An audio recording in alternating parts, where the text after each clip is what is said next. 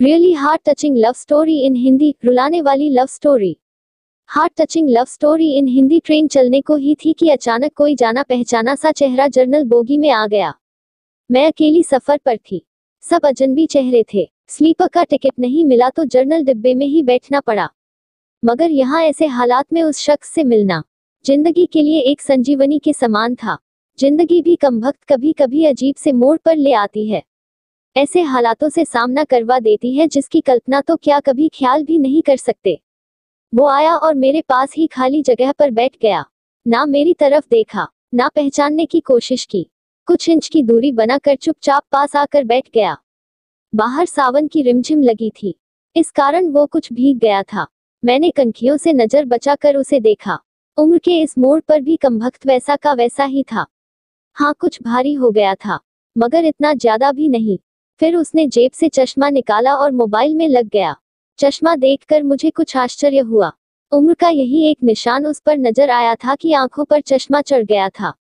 चेहरे पर और सर पे मैंने सफेद बाल खोजने की कोशिश की मगर मुझे नहीं दिखे। मैंने जल्दी से सर पर साड़ी का पल्लू डाल लिया। बालों को डाई किए काफी दिन हो गए थे मुझे। ज्यादा तो नहीं थे सफेद बाल मेरे सर पे, मगर इतने जरूर थे कि गौर से देखो तो नजर आ जाए। मैं उठकर बाथरूम गई। हैंडबैग से फेस वॉश निकाला, चेहरे को ढंग से धोया, फिर शीशे में चेहरे को गौर से देखा। पसंद तो नहीं आया मगर अजीब सा मुंह बनाकर मैंने शीशा वापस बैग में डाला और वापस अपनी जगह पर आ गई। मगर वो साहब तो खिड़की की तरफ से मेरा बैग सरकाकर खुद खिड़की के पास बैठ गए थे। मुझे पूरी तरह देखा भी नहीं, बस बिना देखे ही कहा, सॉरी। भाग कर चढ़ा तो पसीना आ गया था। थोड़ा सूख जाए फिर अपनी जगह बैठ जाऊंगा। फिर वह अपने मोबाइल में लग गया। मेरी इच्छा जानने की कोशिश भी नहीं की। उसकी यही बात हमेशा मुझे बुरी लगती थी। फिर भी ना जाने उसमें ऐसा क्या था कि आज तक मैंने उसे नहीं भुलाया। एक वो था कि 10 सालों में ही भूल गया। मैंने सोचा शायद अभी तक गौर नहीं किया, पहचान लेगा। थोड़ी मोटी हो गई हूँ, शायद इसलिए नहीं पहचाना। मैं उदास हो गई। जिस शख्स को जीवन में कभी भुला ही नहीं पाए उसको मेरा चेहरा ही याद। माना कि ये औरतों और लड़कियों को ताड़ने की इसकी आदत नहीं मगर पहचाने भी। शादीशुदा है, मैं भी शादीशुदा हूँ। जानती थी इसके साथ रहना मुश्किल है, मगर इसका मतलब यह तो नहीं कि अपने ख्यालों को, अपने सपनों को जीना छोड़ दूं। एक तमन्ना थी कि कुछ पल खुल के उसके साथ गुजारूं। माहौल दोस्ताना ही हो मगर हो तो। आज वही शख्स पास बैठा था जिसे स्कूल टाइम से मैंने दिल में बसा रखा था। सोशल मीडिया पर उसके सारे अकाउंट चोरी छुपे देखा करती थी। उसकी हर कविता, हर शायरी में खुद को खोजा करती थी। वह तो आज पहचान ही नहीं रहा। माना कि हम लोगों में कभी प्यार की पींगे नहीं चली, ना कभी इजहार हुआ। हाँ, वो हमेशा मेरी केयर करता था और मैं उसकी केयर करती थी। कॉलेज छूटा तो मेरी शादी हो गई और वो फौज में चला गया। फिर उसकी शादी हुई। जब भी गांव गई उसकी सारी खबर ले आती थी। बस ऐसे ही जिंदगी गुजर गई। आधे घंटे से ऊपर हो गया। वो आराम से खिड़की के पास बैठा मोबाइल में लगा था। देखना तो दूर, चेहरा भी ऊपर नहीं किया। मैं कभी मोबाइल में देखती, कभी उसकी तरफ। सोशल मीडिया पर उसके अकाउंट खोल कर देखे, तस्वीर मिलाई, वही था, पक्का वही, कोई शक नहीं था। वैसे भी हम महिलाएं पहचानने में कभी भी धोखा नहीं खा सकती। 20 साल बाद भी सिर्फ आंखों से पहचान ले। फिर और कुछ वक्त गुजरा, माहौल वैसा का वैसा था। मैं बस पहलू बदलती रही। फिर अचानक टीटी आ गया। सबसे टिकट पूछ रहा था। मैंने अपना टिकट दिखा दिया। उससे पूछा तो उसने कहा नहीं है। टीटी बोला, फाइन लगेगा। वह बोला, लगा दो। टीटी, कहाँ का टिकट बनाऊं? उसने जल्दी से जवाब नहीं दिया। मेरी तरफ देखने लगा। मैं कुछ समझी नहीं। उसने मेरे हाथ में थमी टिकट को गौर से देखा, फिर टीटी से बोला, कानपुर। टीटी ने कानपुर की टिकट बना कर दी और पैसे लेकर चला गया। वह फिर से मोबाइल में तल्लीन हो गया। आखिर मुझसे रहा नहीं गया। मैंने पूछ ही लिया, कानपुर में कहाँ रहते हो? वह मोबाइल में नजरें गड़ाए हुए ही बोला, कहीं नहीं। वह चुप हो गया तो मैं फिर बोली, किसी काम से जा रहे हो? वह बोला, हाँ। अब मैं चुप हो गई। वह अजनबी की तरह बात कर रहा था और अजनबी से कैसे पूछ लूं किस काम से जा रहे हो। कुछ देर चुप रहने के बाद फिर मैंने पूछ ही लिया, वहां शायद आप नौकरी करते हो?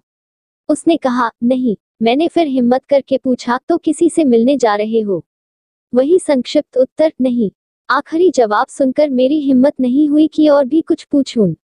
अजीब आदमी था, बिना काम सफर कर रहा था। मैं मुंह फेर कर अपने मोबाइल में लग गई। कुछ देर बाद खुद ही बोला, ये भी पूछ लो क्यों जा रहा हूँ कानपुर। मेरे मुंह से जल्दी में निकला, बताओ क्यों जा रहे हो। फिर अपने ही उतावलेपन पर मुझे शर्म सी आ गई। उसने थोड़ा सा मुस्कुराते हुए कहा, एक पुरानी दोस्त मिल गई जो आज अकेले सफर पर जा रही थी। फौजी आदमी हूँ, सुरक्षा करना मेरा कर्तव्य है। अकेले कैसे जाने देता, इसलिए उसे कानपुर तक छोड़ने जा रहा हूँ। इतना सुनकर मेरा दिल जोर से धड़का। नॉर्मल नहीं रह सकी मैं, मगर मन के भावों को दबाने का असफल प्रयत्न करते हुए मैंने हिम्मत करके फिर पूछा, कहाँ है वो दोस्त। कमबख्त फिर मुस्कुराता हुआ बोला, यही मेरे पास बैठी है ना। इतना सुनकर मेरे सब कुछ समझ में आ गया कि क्यों उसने टिकट नहीं लिया, क्योंकि उसे तो पता ही नहीं था मैं कहाँ जा रही हूँ। सिर्फ और सिर्फ मेरे लिए वह दिल्ली से कानपुर का सफर कर रहा था। जानकर इतनी खुशी मिली कि आंखों में आंसू आ गए। दिल के भीतर एक गोला सा बना और फट गया। परिणाम में आंखें तो भीगनी ही थी। बोला, रो क्यों रही हो। मैं बस इतना ही कह पाई, तुम मर्द हो नहीं समझ सकते। वह बोला, क्योंकि थोड़ा बहुत लिख लेता हूँ इसलिए एक कवि और लेखक भी हूँ, सब समझ सकता हूँ। मैंने खुद को संभालते हुए कहा, शुक्रिया मुझे पहचानने के लिए और मेरे लिए इतना टाइम निकालने के लिए। वह बोला, प्लेटफॉर्म पर अकेली घूम रही थी, कोई साथ नहीं दिखा तो आना पड़ा। कल ही रक्षाबंधन था, इसलिए बहुत भीड़ है। तुमको यूं अकेले सफर नहीं करना चाहिए। क्या करती, उनको छुट्टी नहीं मिल रही थी और भाई यहाँ दिल्ली में आकर बस गए। राखी बांधने तो आना ही था। मैंने मजबूरी बताई, ऐसे भाइयों को राखी बांधने आए हो जिनको ये भी फिक्र नहीं कि बहन इतना लंबा सफर अकेले कैसे करेगी। भाई शादी के बाद भाई रहे ही नहीं, भाभीियों के हो गए, मम्मी पापा रहे नहीं, कहकर मैं उदास हो गई। वह फिर बोला, तो पति को तो समझना चाहिए, उनकी बहुत बिजी लाइफ है, मैं ज्यादा डिस्टर्ब नहीं करती और आजकल इतना खतरा नहीं रहा, कर लेती हूँ मैं अकेले सफर। तुम अपनी सुनाओ, कैसे हो। अच्छा हूँ, कट रही है जिंदगी। मेरी याद आती थी क्या, मैंने हिम्मत करके पूछा। वो चुप हो गया, कुछ नहीं बोला तो मैं फिर बोली, सॉरी, यूं ही पूछ लिया। अब तो परिपक्व हो गए हैं, कर सकते हैं ऐसी बात। उसने शर्ट की बाजू की बटन खोलकर हाथ में पहना वो तांबे का कड़ा दिखाया जो मैंने ही फ्रेंडशिप डे पर उसे दिया था। बोला, याद तो नहीं आती पर कमबख्त ये तेरी याद दिला देता था। कड़ा देखकर दिल को बहुत सुकून मिला। मैं बोली, कभी संपर्क क्यों नहीं किया। वह बोला, डिस्टर्ब नहीं करना चाहता था, तुम्हारी अपनी जिंदगी है और मेरी अपनी जिंदगी है। मैंने डरते डरते पूछा, तुम्हें छू लूं। वह बोला, पाप नहीं लगेगा। मैं बोली, नहीं, छूने से नहीं लगता। और फिर मैं कानपुर तक उसका हाथ पकड़ कर बैठी रही। बहुत सी बातें हुई। जिंदगी का एक ऐसा यादगार दिन था जिसे आखिरी सांस तक नहीं भुला पाऊंगी। वह मुझे सुरक्षित घर छोड़कर गया, रुका नहीं, बाहर से ही चला गया। जम्मू थी उसकी ड्यूटी, चला गया। उसके बाद उससे कभी बात नहीं हुई, क्योंकि हम दोनों ने एक दूसरे के फोन नंबर नहीं लिए। हालांकि हमारे बीच कभी भी नापाक कुछ भी नहीं हुआ। एक पवित्र सा रिश्ता था, मगर रिश्तों की गरिमा बनाए रखना जरूरी था। फिर ठीक 1 महीने बाद मैंने अखबार में पढ़ा कि वो देश के लिए शहीद हो गया। क्या गुजरी होगी मुझ पर वर्णन नहीं कर सकती, उसके परिवार पर क्या गुजरी होगी पता। लोकलाज के डर से मैं उसके अंतिम दर्शन भी नहीं कर सकी। आज उससे मिले 1 साल हो गया है। आज भी रक्षाबंधन का दूसरा दिन है। आज भी सफर कर रही हूँ, दिल्ली से कानपुर जा रही हूँ। जानबूझकर जर्नल डिब्बे का टिकट लिया है मैंने। अकेली हूँ, न जाने दिल क्यों आस पाले बैठा है कि आज फिर आएगा और पसीना सुखाने के लिए उसी खिड़की के पास बैठेगा। एक सफर वो था जिसमें कोई हमसफर था, एक सफर आज है जिसमें उसकी यादें हमसफर है। बाकी जिंदगी का सफर जारी है, देखते हैं कौन मिलता है कौन साथ छोड़ता है।